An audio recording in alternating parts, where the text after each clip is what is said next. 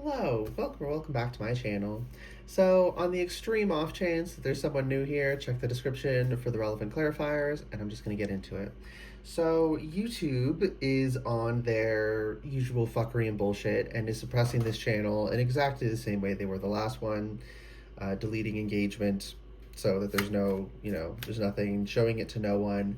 Um, yeah, and if the game's rigged, don't play it, as I always say, so I'm not going to be playing it anymore. But Spirits had one last reading, so we're going to finish it out with one last reading. Okay, what's going on? King of Swords is the first card out. This way or this way? Ace of Cups. Okay, it's a good message at least, seemingly. I don't know, let's get more cards. I'm really being called to the butterfly above the king's head and the bird above the Ace of Cups. So something flying is at the top of both images. But the butterfly is going up and the bird is going down into the cup. Queen of Wands. And now there's lions fighting on the top of it. I don't know if they're technically fighting, but that's the way I'm seeing it. Right? So there's this tension between the ascending and the descending. Right? Birds are very aerodynamic, so they can really get some speed when they're diving. Whereas butterflies, they're good flyers, but they're not like birds where they can, pull their wings in and become like, a missile. And go really fast. So there's this, it's much slower rise than it is a fall. And but there's still this tension. There's still something trying to hold on. Some kind of opposition within the self that you have the authority to correct. The Magician, yeah, I mean, come on now. You have the authority to correct it. And also with the figure 8 over his head here, 225, that's going to be something. With the figure 8 over his head, it's those two seemingly opposing forces, or rather they are opposing, but there's no contradiction there. As humans, we often think that, but they're complementary because they're opposing, not in spite of it. Yeah, bringing them together, working with all of it. Speaking of working with all of it, he has all 4 aces on his table there. What is the Magician pointing at? What is the Magician's focus, please? King of Cups is on the bottom of this deck. I'm not going to take it out. What is the Magician's focus, please? What is the Magician? Okay, Queen of Cups. Having to close the cup so that the bird can't dive into it. Right? Cutting off the avenue of self-sabotage. Yeah, 2 of Swords. The decision has to be made. I'm hearing like, what happens if... Because usually this is... yeah, here's very good. This kind of thing is a pattern that we get stuck in. So it's something that's been happening. So we know to wallow in our misery. We know what it feels like. We know what happens when we dive bomb into the cup instead of continuing our ascent. That's familiar. It's comfortable. And she's blindfolded in the 2 of Swords, so it's like, what happens? What happens if I break this cycle? If I simply allow the track of the infinity symbol of the figure 8 there, what if I just let it happen? If I let the momentum stay as it goes through the center point instead of, treating them as 2 separate things, and they're sending attacks back and forth like I'm seeing with these lions fighting above it. It's like that stops the momentum. For better and for worse. right? It's dulled pain, but it's also dulled success. So it was protective, but it's maladaptive.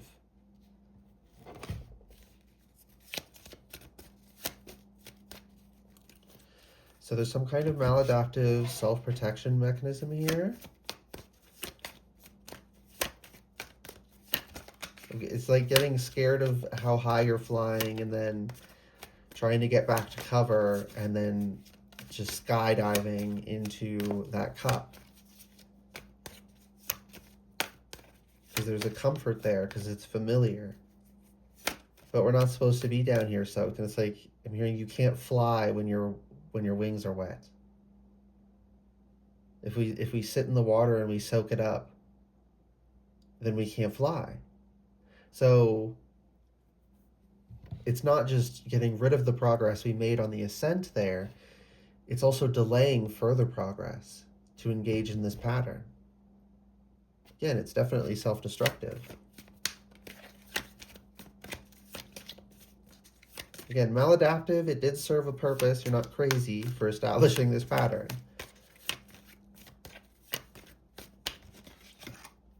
Four of Cups. I don't want anything else. That's what I just heard.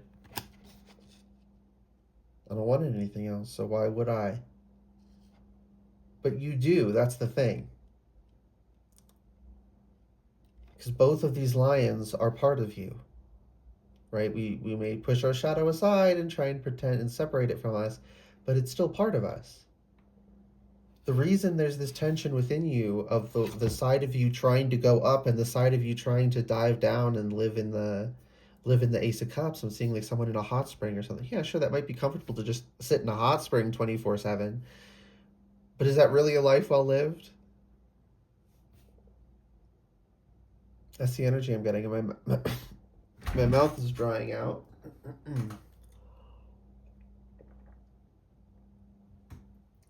Okay. That was like really sudden. It just felt like the moisture got taken out. Got snatched out of my mouth. Okay.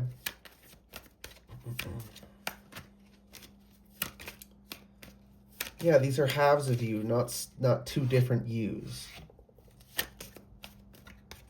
Right? It's this the primary problem here is a schism, is a internal separation that's not supposed to be there. Right? A partitioning of the self. And viewing it as vying for dominance, as it's almost like seen as two entities fighting for control of the body, but they're both just you, and you're the body too. So it's all just you, and there's a need to integrate yourself, to let those. I don't think lions could actually do this. But if they had more human-like hands, I'm seeing them clasp hands with one another instead of fighting, and then it morphs into that figure eight. And then the figure eight gets cemented into you. So it's this union between the perceived halves of yourself. Well, they are halves of yourself, but the perceived as separate halves of yourself, disconnected and unrelated, when they're not. They're one entity, just two halves of it, right? We have a left half and a right half. They're still part of the same body. Yeah. And in humans, the left brain and the right brain do function kind of separately in many ways. And they communicate through, what is it, I think it's the corpus callosum, don't quote me on that, but there's a nerve, bundle of nerves there that connect the left and half sides of the brain, and they communicate with one another, and that can be strengthened. And that disconnection between the left and half right sides of us can also be an issue. So training ourselves to be able to use both halves of our bodies as best we're able, and also to strengthen the connection between them so that they can work together more efficiently. And this isn't just like a physical thing, it's also like mentally. The ability of the halves of our brain to communicate with one another efficiently improves our life overall, right?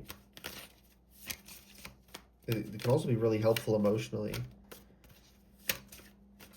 Like some issues will seem to simply dissolve once that connection is strengthened.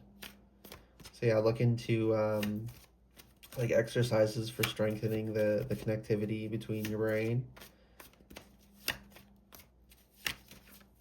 But also just metaphorically, there's the halves of yourself need synchronization. Ten of Wands reverse. You have to let the you have to let the burden go. You have to release something. You have to release the fighting, the comfortable, familiar fighting. Okay. Yeah, Eight of Pentacles reversed. It's not so much that you have to do something, it's that you have to stop doing something else. It's that you've been actively, maybe not consciously, but actively resisting it. Right? We get into these patterns where we don't notice, but the actions we're taking are compounding a problem, or compounding a blockage. And so there's something you have to stop doing. It's not that you haven't been doing something so it wasn't happening. It's that something can't happen because you've been actively stopping it.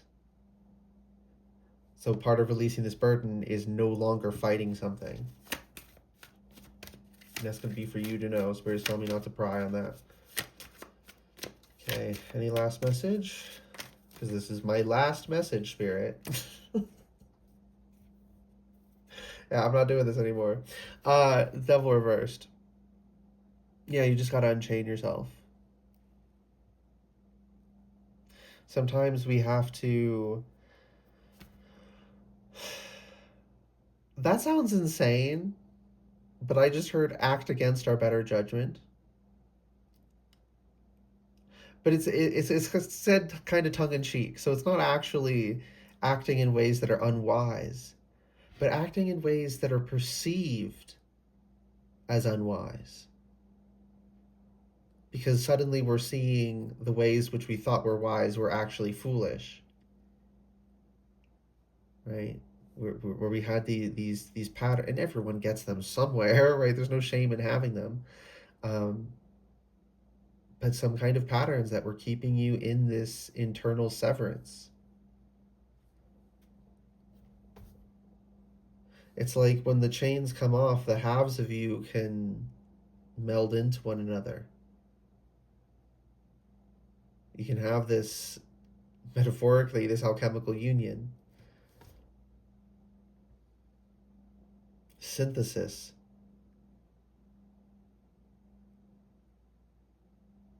But in order for that to happen, you have to stop fighting it. Okay. Anything else? The Star reversed. And do it in private. Don't tell people what you're doing. Don't show people what you're doing. Because even if, some people will try and mess with you.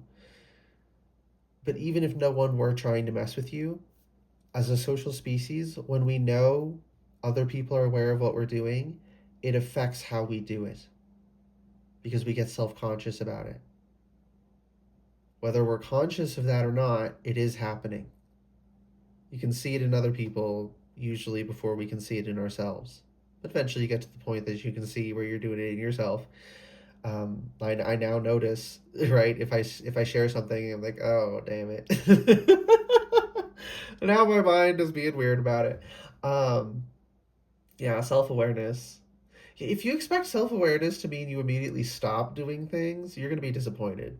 No, you're aware of it, and then you'll feel even worse if you don't stop. So it really is something like, don't be self-aware unless you're ready to make a change. Right? You've probably seen those memes people make about like being self-aware of my self-destructive patterns. Like, yeah, that's what it's like. Yeah. Anything else? Nope. Well, I hope that reading resonated, was helpful for you. See ya.